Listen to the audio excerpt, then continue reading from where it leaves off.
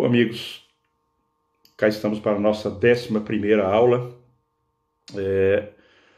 onde nós vamos entrar em algumas hipóteses, né, que nós desenvolvemos sobre essa passagem do biológico, dos códigos biológicos para uma linguagem, e por isso mesmo para aquilo que nos permitiu entrar na cultura, na relação com outros humanos de uma forma não meramente baseada nos códigos naturais, mas a partir de códigos que são criados dentro da linguagem, que organizam, de certa forma, o nosso mundo, que é predominantemente um mundo simbólico, né?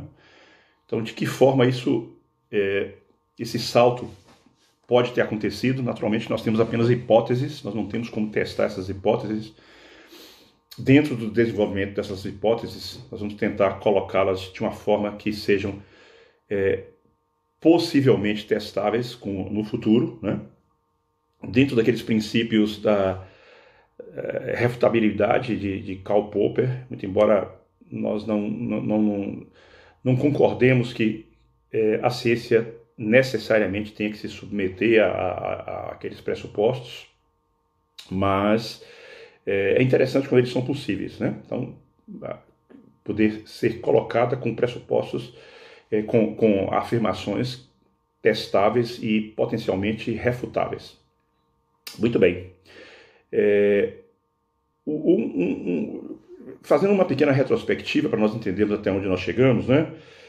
Ao longo de todo o nosso curso, nós discutimos longamente sobre os aspectos analógicos e os aspectos digitais de um processamento informacional relacionado àqueles modelos de mente. Nós falamos sobre aqueles modelos de inteligência artificial, nos seus modelos mais duros e aqueles outros mais softs, né? Ou seja, nas diversas abordagens e discussões sobre se seria possível a criação de um computador, por exemplo, que fosse um hardware que rodasse um software mental, reproduzindo assim exatamente o funcionamento de uma mente humana, né? Nós vimos que é uma longa discussão sobre isso, que alguns dizem que sim, outros dizem que não. Nós nos encontramos no grupo daqueles que acham que não no sentido que não seja possível algum grau de processamento de inteligência futura, de inteligência artificial. Mas, tendo em vista que a mente humana surge no corpo humano a partir de um processo evolutivo, e que o próprio corpo é fonte de informação tanto analógica quanto digital, para que um processador digital fosse capaz, ou um computador fosse capaz de simular perfeitamente uma mente humana, ele teria que simular praticamente toda a biologia humana, já que dentro da biologia humana existe a informação que foi acumulada ao longo da evolução, né? E que nos faz ser dependentes desta informação analógica, daquilo que está corporificado.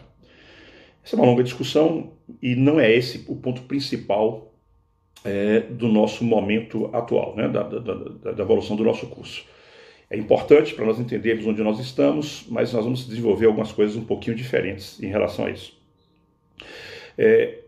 Lá em Freud, quando nós começamos a estudar Freud no nosso curso, nós vimos que Freud desenvolveu um modelo que tinha características analógicas, né? Freud ainda não trabalhava com a ideia de um modelo de código, né? Não fazia parte da discussão da sua época, mas ele desenvolve um modelo analógico para o entendimento do funcionamento do sistema nervoso, né? Na sua dimensão, digamos assim, na sua passagem da biologia para a criação de uma consciência, uma mente e, por que não dizer, de um inconsciente como contraponto a esse desenvolvimento. Muito bem. O que Freud desenvolveu naquele momento que nós chamamos de analógico, né? E que foi interessante para o desenvolvimento também, por sua vez, do nosso modelo. Freud, ele nos diz que os neurônios, que eles formam uma certa topografia, né? E por isso mesmo nós também podemos dizer uma topologia de relação de elementos que são, e eu chamei de iluminados, digamos, ou seja, que certos neurônios, certas vias preferenciais, em detrimento de outras vias, elas são ativadas, né, para codificar aqueles elementos que vão ser os objetos da nossa consciência e vão dar consistência a esses objetos da nossa consciência.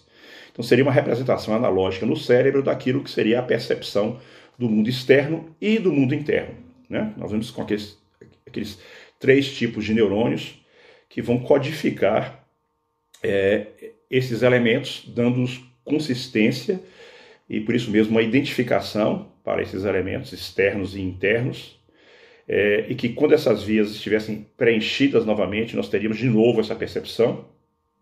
Mas se essas vias fossem preenchidas não com a percepção, mas com a imaginação, então nós teríamos a formação de imagens que não seriam imagens que representariam algo do real, né? Mas sim da fantasia, de representações que já não dizem mais respeito à nossa relação com o mundo das coisas.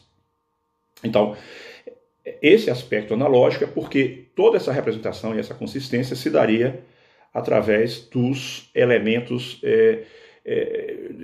dessa árvore, digamos assim, neuronal, que seria preenchida em cada momento, né?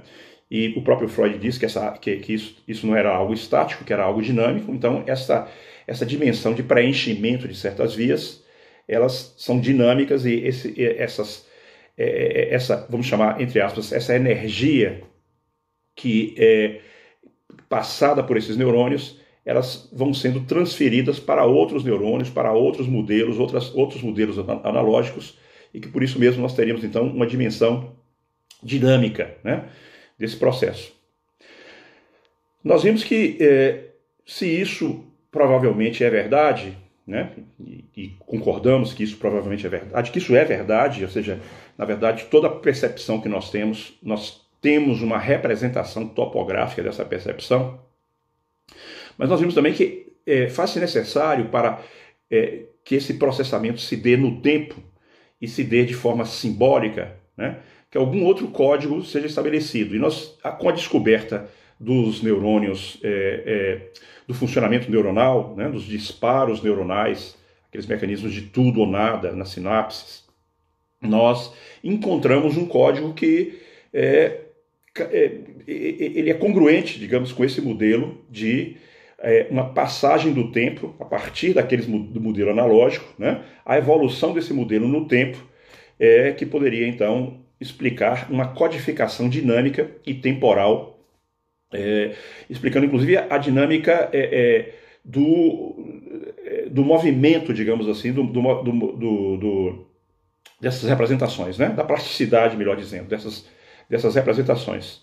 Então, existiria o código analógico, que é a representação, tanto com a sua intensidade, quanto com a sua distribuição topográfica e topológica no cérebro, e o código binário neuronal, que seria, então, aquele que iria codificar ao longo do tempo, criando uma sintaxe de processamento, que seria, então, em um certo momento, nós imaginávamos o código propriamente dito dos neurônios, né? De como o sistema nervoso funcionaria. Muito bem. Só que nós vimos que as coisas, como são bastante complexas, outros modelos passaram a surgir, né? Alguns vieram a nos dizer que talvez, até para nós explicarmos o não determinismo, a forma possível de uma criação do cérebro humano, para que ele não seja determinista, seria necessário, por exemplo, um outro modelo de processamento.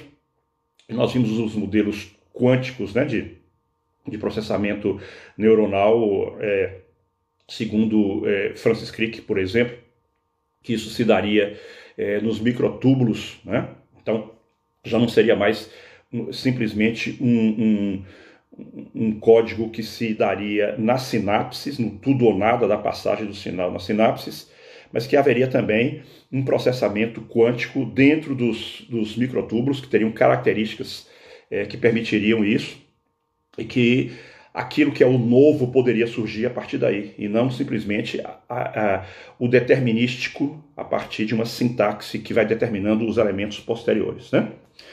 Nós vimos também um outro problema do modelo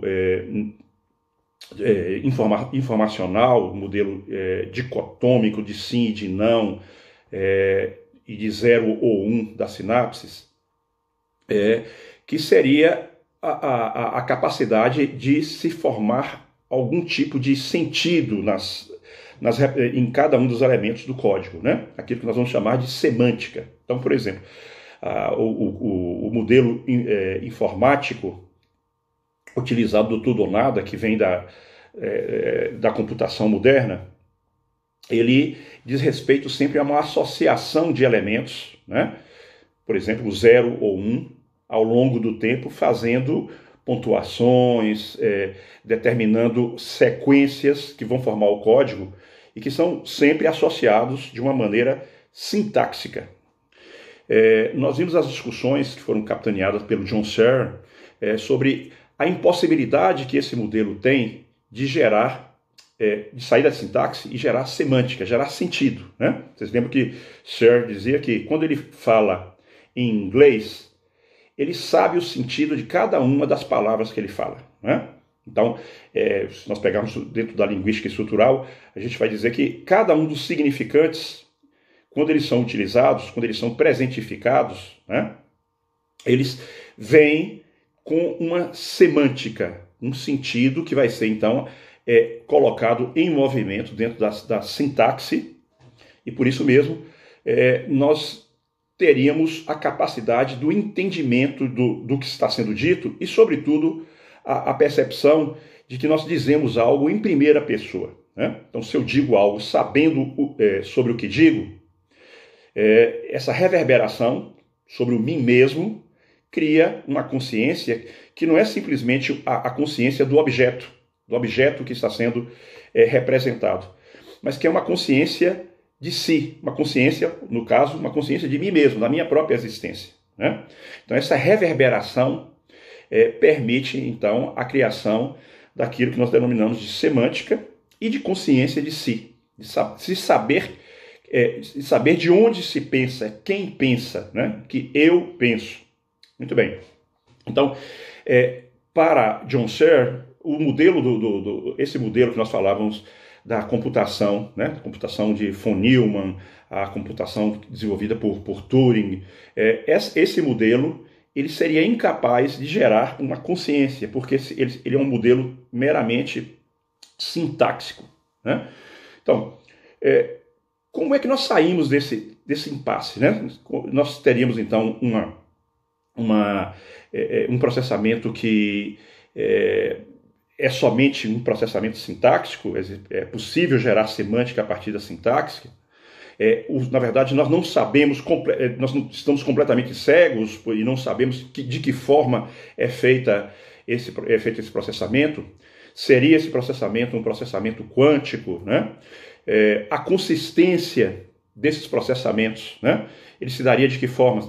Haveria uma parcela analógica no processamento, além do digital, ou seria predominantemente analógico? Então nós vimos questões, por exemplo, sobre a consistência que é dada para os objetos dentro do processo analógico, que seria dado por Francis Crick como sendo um elemento de sincronização, né, das diversas áreas implicadas a partir dos 40 Hz. Ou nós vimos também com o Miguel Nicoleles, o brasileiro Miguel Nicoleles, esse modelo de que essa consistência seria dada a partir de campos magnéticos que emergiriam a partir do funcionamento neuronal, mas já como um metaprocessamento, né, acima desse processamento neuronal, nas relações, na verdade, seria uma computação que seria feita a partir da interação dos campos eletromagnéticos, né? Então, qual seria esse modelo? De que forma a mente poderia emergir, né? A mente com a posterior entrada na linguagem e a possibilidade de criação de uma consciência e de uma consciência de si, né? O que poderia ser isso que Nicoleles chama essa cola que organiza, que dá consistência a todas as representações de objeto naquela nossa relação de consciência e objeto, né? E dentro daquele princípio hegeliano de que a consciência é sempre a consciência de algo, né? Então, o objeto é fundamental para a existência da consciência e, por isso mesmo, nós temos que ter uma consistência do objeto, seja essa consistência de origem analógica ou digital, para que a consciência possa emergir. Muito bem. Um problema que eu vejo em todos esses modelos, e naqueles modelos analógicos que desprezam, de certa forma, a possibilidade do digital ser a solução, ser a resposta, é que uma coisa que é pouco pensada, mas se nós formos imaginar juntos, todo elemento analógico dentro do sistema nervoso central, em algum momento ele precisa ser traduzido dentro do modelo digital. O que eu quero dizer com isso? Se nós temos uma árvore neuronal, né, um conjunto, um circuito neuronal que vai dar consistência a um objeto, e nós chamamos isso de um circuito analógico que representa o objeto, nós temos que nos lembrar que todas as associações entre esses neurônios necessariamente passa pelo tudo ou nada dos disparos neuronais, né? Outro elemento, se eu tenho situações de intensidade no sistema nervoso, as percepções de intensidade que nós temos, por exemplo, intensidade de dor, ou intensidade de emoções, ou intensidade de desejo, que seriam, em princípio, elementos também analógicos, né, que dizem respeito a intensidades, a topografias, a intensidades, a representações por analogia, por contínuos, né, de intensidade maior ou menor, por isso mesmo a representação maior ou menor. Se eu tenho cada um desses elementos, eu tenho também que traduzi-los de alguma forma em processamento dual, processamento digital. Por quê?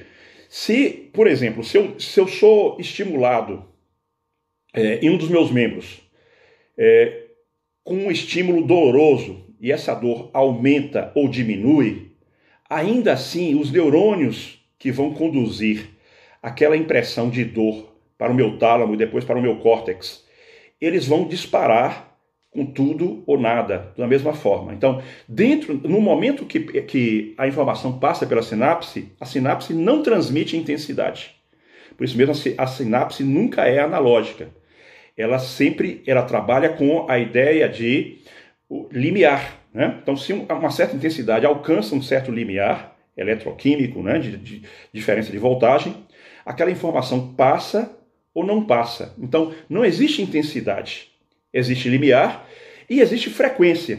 Então, muito provavelmente, mesmo as intensidades, elas são traduzidas no tudo ou nada dos neurônios e são traduzidas, provavelmente, também com diferenças de frequências.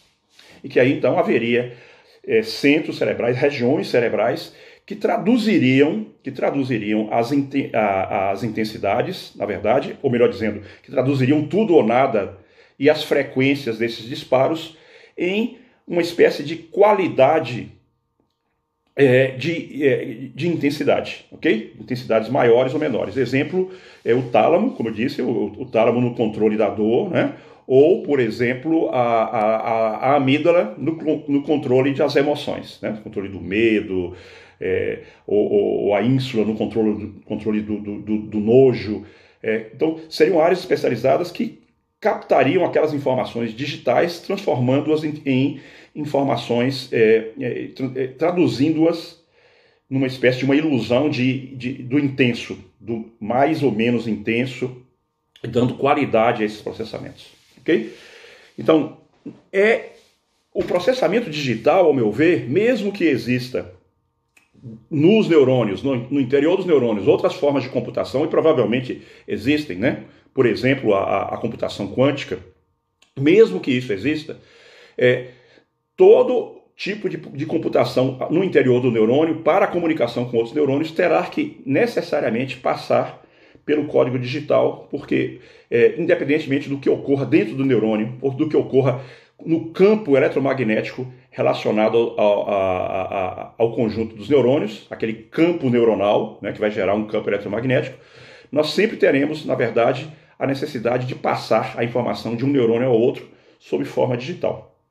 Isso nos cria um problema, ou seja, se é sempre sob forma digital, aquela questão que foi colocada por John Searle, de que nós não seríamos capazes de criar semântica a partir de uma sintaxe, ele volta a se apresentar, né? Então, apesar de existir computação quântica, talvez, né, no interior dos neurônios, apesar de necessariamente existir informação analógica, que é verdade, essa é bastante evidente, nós vamos ter que passar para o processamento disso tudo, para a interação de todas essas computações, nós vamos ter que passar pela computação digital, que é aquela que diz respeito da passagem de um neurônio a outro neurônio. Então, como explicar o surgimento da semântica e do entendimento simbólico em primeira pessoa com algo que é simplesmente uma passagem sintáxica? Muito bem. Se nós, dentro do nosso modelo, se nós entendermos a complexidade do cérebro, aí nós voltamos novamente àquele quaquilhão, né, de informação que é possível do ponto de vista digital dentro da multiplicidade de conexões existentes entre os aproximadamente 100 bilhões, alguns dizem 85, outros 100 bilhões de neurônios, né, com 10 mil conexões recíprocas entre os seus diversos componentes para cada neurônio. Então, essa complexidade talvez seja capaz de nos explicar de que forma emerge a consciência em primeira pessoa e a capacidade semântica, ou seja, dar sentido a cada um dos elementos que vão ser processados dentro da sintaxe, né? De que forma isso se daria? Muito bem.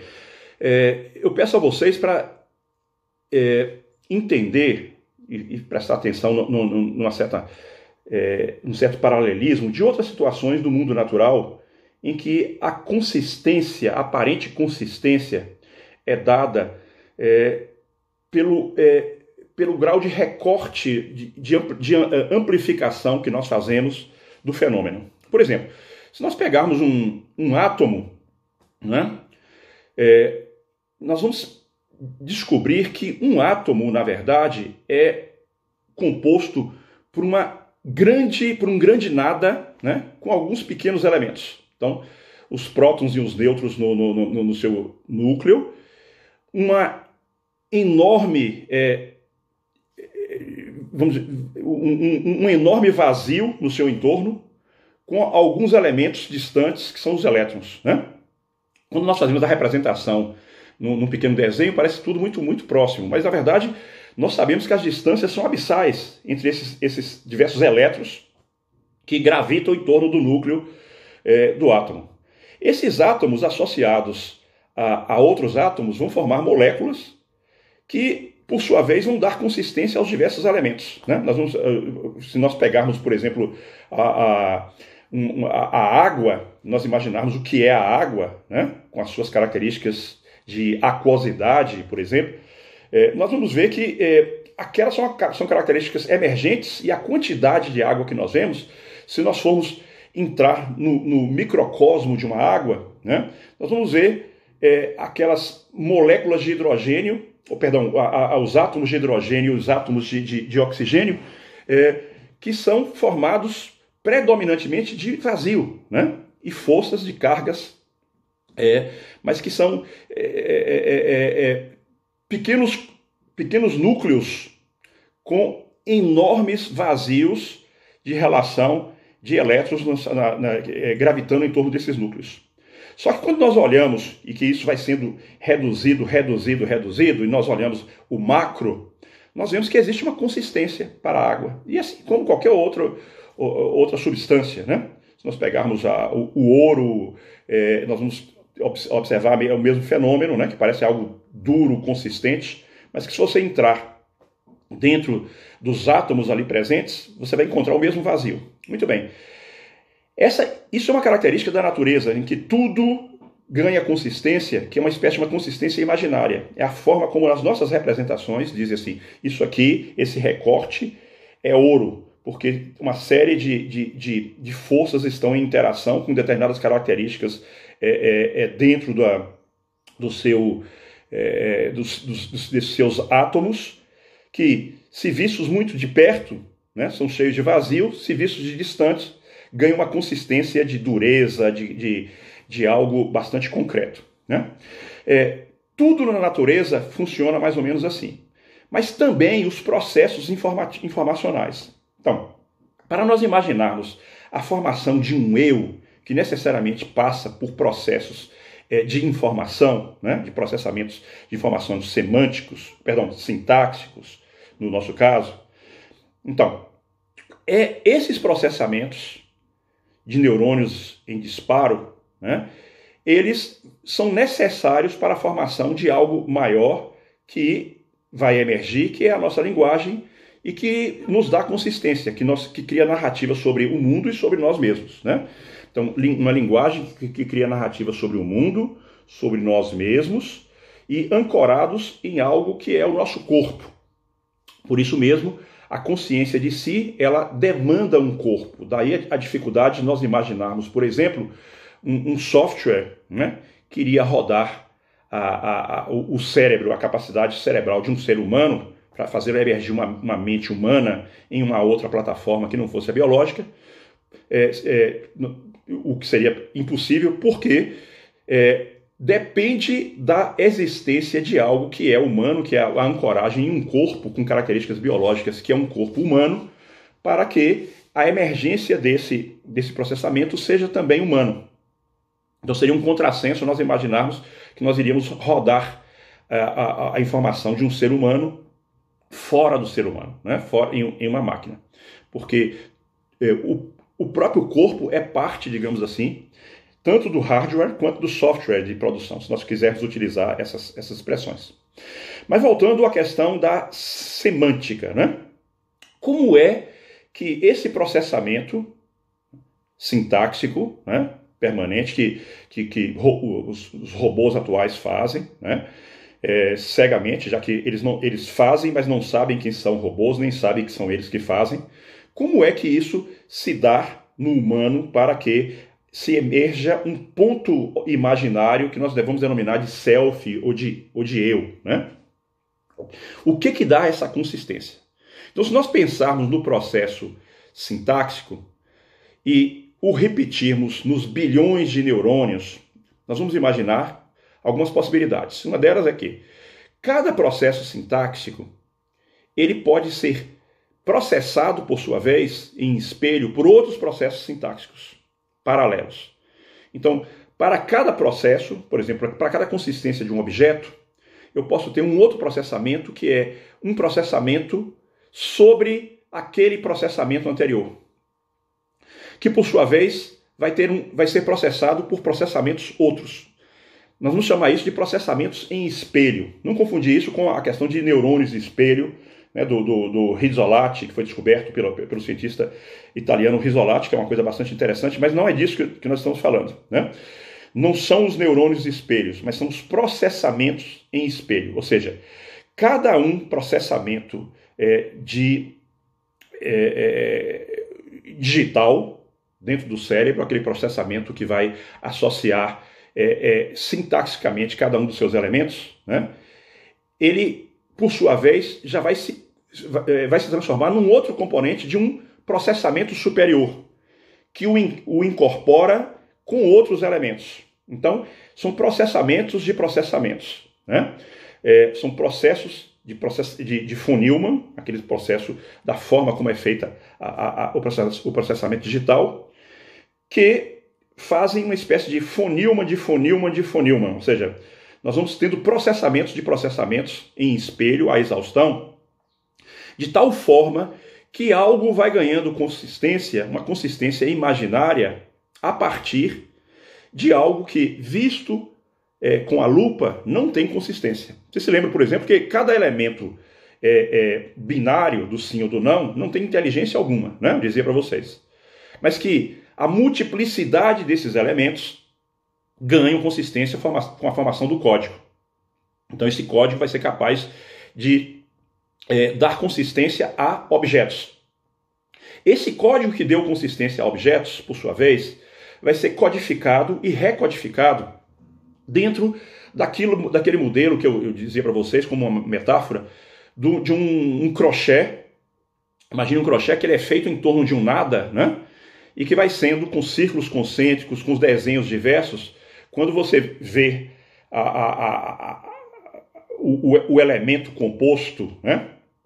Ele ganha consistência. Então, uma bela toalha de mesa de crochê que foi feita a partir de uma tesselagem, né, permanente e contínua em torno de um centro, que esse centro, na verdade, é um vazio, né? Ou uma teia de aranha, ou coisas assim. Imagine isso sendo tecido, né, de uma forma muito consistente, muito repetida, com linguagem, com processamento de informações. Esses processamentos esses processamentos em espelho, eles vão criando, então, um núcleo que, visto de longe, ou melhor dizendo, visto do macro, né, ganha uma consistência cada vez maior, que vai nos dar, então, aquela ilusão, aquilo que Metzger dizia que era uma ilusão do túnel, o túnel do ego, que cria uma ilusão da existência de um ego, né? Na verdade, dentro do nosso modelo, esse processamento contínuo de processamentos dariam, então, essa consistência que seria a ilusão de um ponto imaginário de onde se fala, de onde se pensa, de onde se processa, e por isso mesmo capaz de criar uma semântica, né? Mas essa semântica seria tributária, por sua vez, de processamentos reverberativos de uma sintaxe. Então, a semântica, o sentido das coisas, na verdade, ele também seria criado pela sintaxe. Só que dentro de um processamento vertiginoso, muito rápido, né, e muito complexo. Então, nós teríamos, então, visto de longe, visto do macro do processo, a impressão de que existiria uma consistência, que o meu eu é algo consistente, é algo substantivo, e que seria, então, que a consciência, aquilo que Hegel chamava de consciência de si, na verdade, ela seria nada mais, nada menos do que a emergência de um novo tipo de organização relacionado a algo que, na verdade, nos seus elementos não tem consistência alguma, né? Seria simplesmente, aí sim, a nossa relação com a natureza, né? Seriam elementos naturais, tipo moléculas, átomos, forças eletromagnéticas em interação, mas em interação codificada, que por sua vez então geraria o imaginário de uma consistência capaz de falar em primeira pessoa e de entendimento de algo que seria uma semântica. Eu sei que isso mais uma vez, uma repetição de uma não promessa, quer dizer, ou melhor dizendo, o rompimento com a promessa que eu fiz a vocês, que seria de voltarmos para as questões mais relacionadas à linguagem. Mas se vocês observarem bem, aparentemente eu não estou cumprindo a promessa.